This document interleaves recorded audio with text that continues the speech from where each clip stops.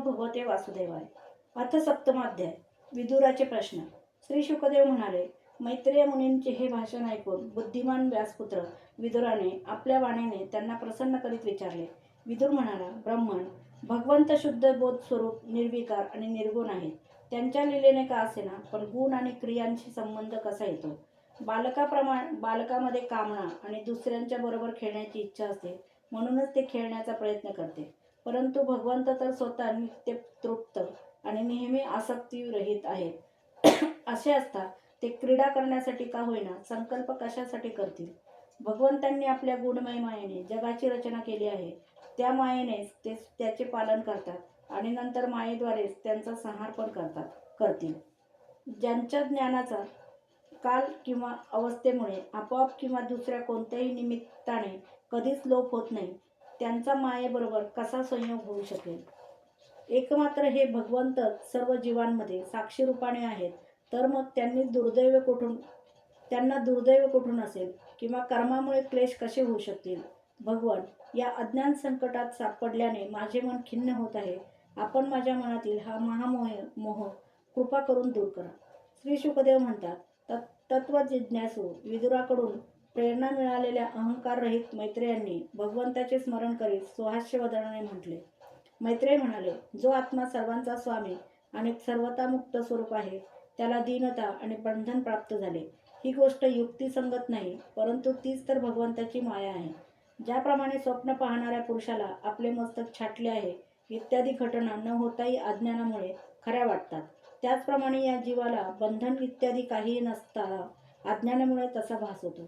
ज्याप्रमाणे पायावर उठणारे तरंग चंद्राच्या प्रतिबिंबावर न उमटताही तसेच भासतात, आकाशातील चंद्रावर नाही, तसे देहाभिमानी जीवांनाच देहाच्या मिथ्याधर्माची प्रचिती येते, परमात्म्याला नाही. या जगात निष्काम भावाने धर्माचे आचरण केल्यावर भगवत कृपेने प्राप्त झालेल्या भगवंताच्या भक्तियोगाच्या द्वारे ही प्रचिती हळूहळू नाहीशी होते. जेव्हा सर्व इंद्रिये विषयांपासून परावृत्त होऊन साक्षी असणाऱ्या परमात्मा श्रीहरींमध्ये निश्चल भावाने स्थिर होतात, तेव्हा गाढ झोपलेल्या मनुष्याप्रमाणे जीवाचे रागद्वेषादी सर्व क्लेश पूर्णपणे नाहीसे होतात. श्रीगुणांच्या गुणांचे वर्णन आणि श्रवण दुःखांच्या सर्व राशींना शांत करते. तर मग जर आपल्या हृदयात त्यांच्या चरणकमळ पराग सेवनाविषयी प्रेम जागृत झाले तर काय विचारावे? विदुर म्हणाला, भगवान, आपल्या संयुक्तिक वचनांच्या तलवारीने माझे संदेह छिन्न भिन्न झाले आहेत. आता माझे चित्त भगवंताशी स्वतंत्रता आणि जीवाची परतंत्रता या दोन्ही विषयात प्रवेश करू लागले आहेत. अहो विद्वान, जीवाला जे क्लेश जाणवतात त्याला आधार केवळ भगवंताची माया. हे आपले म्हणणे बरोबर आहे. हे सर्व क्लेश मिथ्या तसेच आधाररहित आहेत, कारण या विश्वाचे मूळ कारण मायेशिवाय दुसरे कोणतेच नाही. या संसारात दोनच प्रकारचे लोक सुखी आहेत, जे अत्यंत अज्ञानी आहेत किंवा बुद्धीच्या पलीकडे असणाऱ्या भगवंतांची ज्यांनी प्राप्ती करून घेतली आहे. मधल्या श्रेणीतील संशयी लोक मात्र दुःखच भोगीत राहतात. भगवान, आपल्या कृपेमुळे माझा आता निश्चय झाला आहे की हे अनात्म पदार्थ खरे पाहता नाहीतच, ते केवळ आहेत असे वाटतात. आता मी आपल्या चरणसेवेच्या प्रभावाने तसे वाटणेही नाहीसे करीन. आपल्या श्रीचरणांच्या सेवेने नित्यसिद्ध भगवान श्री मधुसूदनांच्या चरणकमलांची ठाई उत्कंठ प्रेम आणि आनंदाची वृद्धी होते, ज्यामुळे जन्ममरण फेरा नाहीसा होतो. महात्मे लोक भगवत प्राप्तीच्या मार्गावरील वाटाडेच होत. ते नेहमीच देवादिदेव श्रीहरींच्या गुणांचे गान करीत असतात. कमी पुण्यही असणाऱ्या माणसांना त्यांच्या सेवेची संधी मिळणे अत्यंत कठीण आहे. भगवान, आपण सांगितलेत की सृष्टीच्या प्रारंभी भगवंतांनी महदादी तत्वे आणि त्यांच्या विकारांची क्रमाने रचना केली आणि मग त्यांच्या अंशापासून विराटाला उत्पन्न करून ते स्वतः त्यामध्ये प्रविष्ट झाले. त्या विराट पुरुषाला हजारो पाय, मांड्या आणि हात आहेत. त्यालाच वेद आदिपुरुष म्हणतात. त्यातच हे सर्व लोक ऐसपैस राहिले आहेत. आपण असे वर्णन केले की त्या विराट पुरुषातच इंद्रिये, विषय, इंद्रियाभिमानी देवता त्यांच्यासह 3 प्रकारचे 10 प्राण आहेत आणि त्यापासूनच ब्राह्मणादी वर्णसुद्धा उत्पन्न झाले आहेत. आता आपण मला ब्रह्मदेव इत्यादी विभूतींचे वर्णन ऐकवा, ज्यांच्यापासून पुत्र, नातवंडे आणि कुटुंबियांसहित निरनिराळ्या प्रकारची प्रजा उत्पन्न होऊन ते सारे ब्रह्मांड भरून गेले. तो विराट पुरुष ब्रह्मदेव इत्यादी प्रजापतींचाही ईश्वर आहे. त्याने कोणकोणत्या प्रजापतींना उत्पन्न केले, तसेच सर्ग, उपसर्ग आणि मन्वंतराचे अधिपती असलेल्या मनूंची सुद्धा कोणत्या क्रमाने रचना केली. मैत्रेय महोदय, त्या मनूंचे वंशधर, राजांची चरित्रे, पृथ्वीच्या वरच्या आणि खालच्या भागातील निरनिराळे लोक, तसेच भूलोकाचा विस्तार आणि स्थिती यांचेही वर्णन करावे. मनुष्य तर प्राणी, मनुष्य, देवता, सरपटणारे प्राणी व पक्षी, जरायू, स्वेदज, अंडज, उद्भिज या 4 प्रकारचे प्राणी कशा प्रकारे उत्पन्न झाले तेही सांगावे. श्रीहरींनी सृष्टी निर्माण करतेवेळी जगाची उत्पत्ती, स्थिती आणि संहार करण्यासाठी आपले गुणावतार जे ब्रह्मदेव, विष्णू आणि महादेव यांच्या रूपाने ज्या कल्याणकारी लीला केल्या त्यांचेही वर्णन करावे. वेश, आचरण आणि स्वभावानुसार वर्ण आश्रमांचे विभाग, ऋषींची जन्मकर्मे इत्यादी, वेदांचे विभाग, यज्ञांचे विस्तार, योगमार्ग, ज्ञानमार्ग व त्याचे साधन, सांख्यमार्ग, तसेच भगवंतांनी सांगितलेल्या नारदपात्र रात्र इत्यादी तंत्रशास्त्रे, निरनिराळ्या नास्तिकवादी मार्गांच्या प्रचाराने होणारी विषमता, नीच वर्गाचा पुरुष आणि उच्च वर्णाची स्त्री यांच्यापासून होणाऱ्या संतानांचे प्रकार, शिवाय वेगवेगळे गुण आणि कर्मांच्यामुळे जीवाला ज्या आणि जितक्या गती प्राप्त होतात ते सर्व मला सांगावे. ब्राह्मण, धर्म, अर्थ, काम आणि मोक्षाच्या प्राप्तीसाठी लागणारी, एकमेकांना विरोध नसणारी साधने, व्यापार, राजनीती, शास्त्र श्रवण करण्याचा विधी, श्राद्धाचा विधी, पितृगणांची सृष्टी, त्याचबरोबर कालचक्रामध्ये ग्रह, नक्षत्र आणि तारांगणाची स्थिती यांचेही वेगवेगळे वर्णन करावे. दान, तप, यज्ञयाग आणि विहीर, धर्मशाळा इत्यादी बांधणे या कर्माचे फळ काय आहे? प्रवास आणि संकटाच्या वेळी मनुष्याचा धर्म कोणता? हे महानुभाव मैत्रेय मुनी, धर्माचे मूळ कारण असणारे श्री जनार्दन भगवान कोणते आचरण केल्याने संतुष्ट होतात आणि कोणावर अनुग्रह करतात त्याचे वर्णन करावे. हे ब्राह्मण श्रेष्ठ, दीनवत्सल असणारे गुरुजन आपले अनुयायी शिष्य आणि पुत्र यांना त्यांनी विचारले नसताही त्यांच्या हिताची गोष्ट सांगतात. भगवान, त्या महदादी तत्वांचा प्रलय किती प्रकारचा आहे, तसेच जेव्हा भगवान योगनिद्रेत शयन करतात तेव्हा त्या तत्वांतील कोणती तत्वे त्यांची सेवा करतात आणि कोणती त्यांच्यामध्ये लीन होतात. जीवाचे तत्व, परमेश्वराचे स्वरूप, उपनिषदांनी प्रतिपादन केलेले ज्ञान, तसेच गुरु आणि शिष्य यांच्या परंपरेचे प्रयोजन काय आहे? हे पवित्रात्मा, त्या ज्ञानाच्या प्राप्तीसाठी विद्वानांनी कोणकोणते उपाय सांगितले आहेत? कारण मनुष्यांना ज्ञान, भक्ती किंवा वैराग्याची प्राप्ती आपोआप कशी होईल? मायेमुळे माझी विचारदृष्टी नष्ट झालेली आहे. मी अजाण आहे. आपण माझे परम सुहृदय आहात. म्हणून श्रीहरींच्या लीलांचे ज्ञान प्राप्त करण्याच्या इच्छेने मी जे काही प्रश्न विचारले आहेत त्याचे मला उत्तर द्यावे. हे पुण्यवान मैत्रेय मुनी, सर्व वेदांचे अध्ययन, यज्ञ, तपश्चर्या आणि ज्ञान या इत्यादींमुळे होणारे पुण्य जीवांची जन्ममृत्यूंपासून सुटका करून त्याला निर्भय करणारे जे पुण्य आहे त्याच्या काही अंशाचीही बरोबरी करू शकत नाही. श्रीशुक म्हणतात, राजन, जेव्हा कुरुक्षेत्र विदुराने मैत्रेय मुनींना या प्रकारे पुराणाविषयी प्रश्न विचारले त्यामुळे भगवत चर्चा करण्याला प्रेरणा मिळाल्यामुळे ते फारच प्रसन्न झाले आणि सुहास्य वदनाने त्याला सांगू लागले. अध्याय 7 समाप्त. अथ अष्टमाध्याय. ब्रह्मदेवाची उत्पत्ती. मैत्रेय म्हणाले, विदुरा, तू भगवत भक्त लोकपाल यमराज आहे. तू पुरुष वंशात जन्म घेतल्याने तो वंश साधू पुरुषांनाही सेवनीय झाला आहे. तू पदोपदी श्रीहरींची कीर्तिरूप माळ नित्य ताजी टवटवीत ठेवीच आहेस. क्षुद्र विषय सुखाच्या इच्छेने मोठे दुःख ओढून घेणाऱ्या लोकांच्या दुःख निवृत्तीसाठी आता मी श्रीमद भागवत पुराण सांगण्यास सुरुवात करतो. हे पुराण स्वतः श्री संकर्षण भगवानांनी सनकादी ऋषींना सांगितले होते. अखंड ज्ञानसंपन्न असे आदिदेव भगवान संकर्षण पाताल लोकात होते. सनंत कुमार आदी ऋषींनी त्यांना त्यांच्याहून श्रेष्ठ अशा श्री वासुदेवांचे तत्व जाणण्यासाठी प्रश्न विचारला. ज्यांना वासुदेव या नावाने संबोधतात त्या आपले आश्रय असणाऱ्या परमात्म्याची त्यावेळी शेष मानसिक पूजा करीत होते. कमळाच्या कळीसारखे बंद असणारे आपले नेत्र सनंतकुमारांच्या उत्कर्षासाठी त्यांनी अर्धोन्मिलित केले. सनंतकुमार आत्यादी ऋषींनी मंदाकिनी नदीच्या पाण्याने भिजलेल्या आपल्या जटांनी त्यांच्या चरणांचे आसन असलेल्या कमल पुष्पाला स्पर्श केला. ज्या कमल पुष्पाने नागराज कुमारी सुयोग्य वर मिळण्यासाठी प्रेमपूर्वक अनेक वस्तू अर्पण करून पूजा करतात। सनंत कुमारादी ऋषी त्यांच्या लीलांचे जाणकार आहेत। त्यांनी वारंवार सद्गतीत वाणीने त्यांच्या लीला गायल्या। त्यावेळी शेष भगवानांच्या उभारलेल्या हजारो फणांवरील किरीटांच्या हजारो श्रेष्ठ रत्नांची छटा चकमकीत किरणांनी झळकत होती। हे विदुरा, निवृत्तीपरायण सनंत कुमारांना भगवान संकर्षणांनी हे भागवत ऐकविले होते, हे प्रसिद्धच आहे।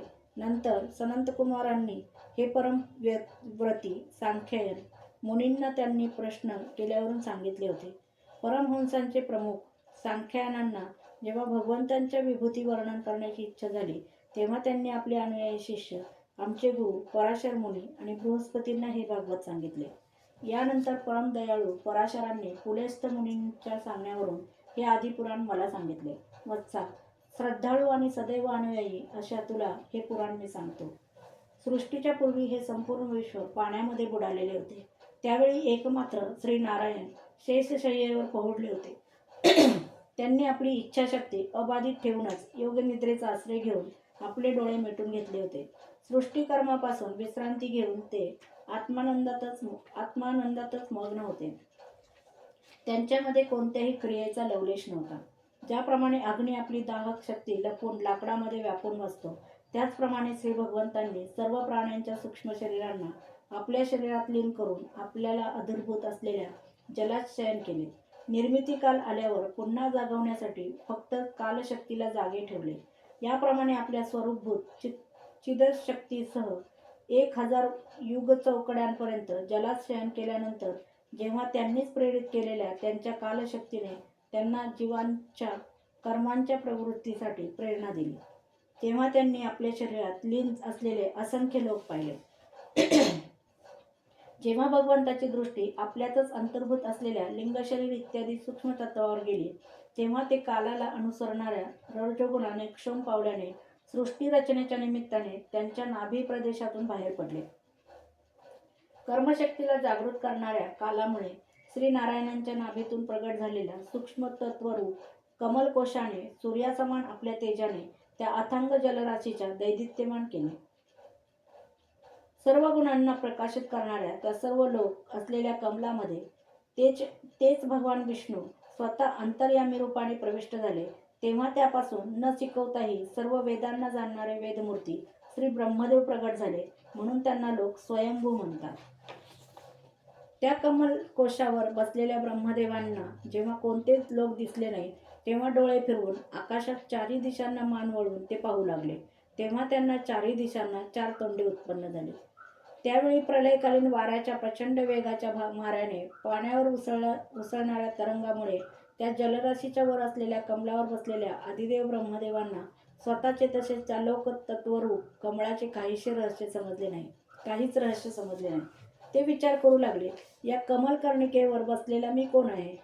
कोणत्याही आधाराशिवाय या पाण्यात हे कमळ कोठून उत्पन्न झाले?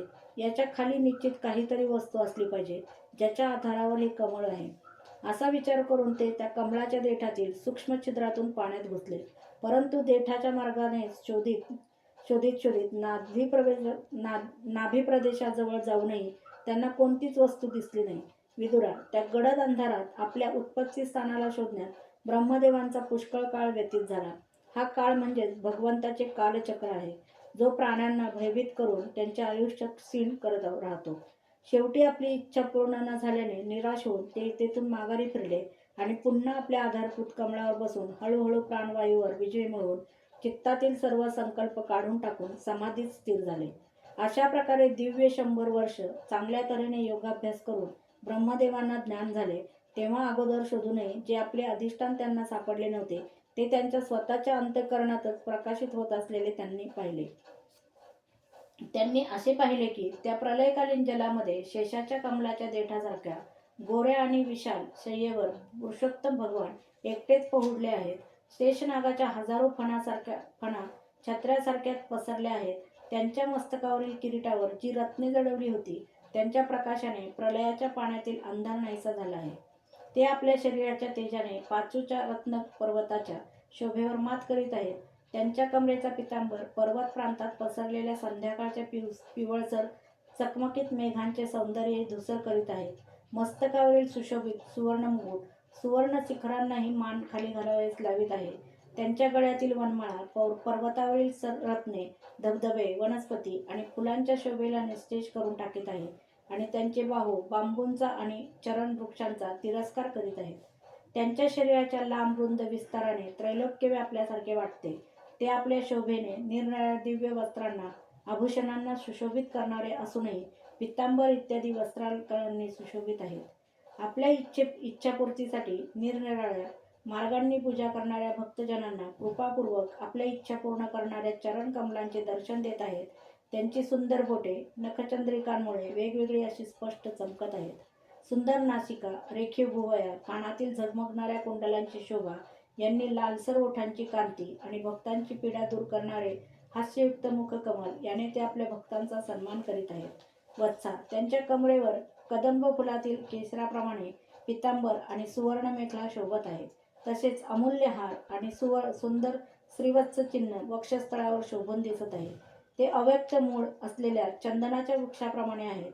महामूल्य उत्तमोत्तम मण्यांनी सुशोभित अशा अंगदांनी युक्त त्यांचे विशाल भुजदंड हे जणू त्या वृक्षांच्या हजारो शाखाच आहेत आणि त्यांच्या खांद्यांना शेषनागाने लपेटले आहे. नागराज, अनंताचे बंधू श्री नारायण सभोवती पाणी असलेल्या पर्वतासारखे आहेत. ते संपूर्ण चराचरांचे आश्रय आहेत. हजारो मुकुट ही त्या पर्वतांची जणू सुवर्णमंडित शिखरेत आहेत. तसेच त्यांच्या वक्षस्थळावर शोभणारा कौस्तुभमणी जणू पर्वतातून प्रगट झालेले रत्नच आहे. प्रभूंच्या गळ्यामध्ये जणू वेद रूप भ्रमर गुंजारव करीत असलेली कीर्तिमय वनमाला विराजत आहे. सूर्य, चंद्र, वायू, अग्नी आदी देवताही त्यांच्यापर्यंत पोहोचू शकत नाहीत आणि त्रिभुवनात स्वैरपणे संचार करणाऱ्या सुदर्शन चक्रासारखी आयुधे प्रभूंच्या आजूबाजूलाच फिरतात. त्यामुळे त्यांच्या जवळ जाणे कठीण आहे. तेव्हा विश्वाची रचना करण्याची इच्छा करणारे लोकविधाता ब्रह्मदेव यांनी भगवंतांच्या नाभिसरोवरातून प्रगट झालेल्या कमळ, जल, आकाश, वायू, आपले शरीर ह्याच केवळ 5 वस्तू पाहिल्या. याशिवाय त्यांना दुसरे काहीच दिसले नाही. रजोगुणाने व्याप्त झालेले ब्रह्मदेव प्रजेची निर्मिती करू इच्छित होते. त्यांनी जेव्हा सृष्टीला कारणीभूत असणाऱ्या या पाचच वस्तू पाहिल्या तेव्हा लोकनिर्मितीला उत्सुक झाल्या कारणाने त्यांनी अचिंत्य गती श्रीहरींमध्ये आपले चित्त एकाग्र केले आणि त्या परमपूजनीय प्रभूंची ते स्तुती करू लागले. अध्याय 8 समाप्त.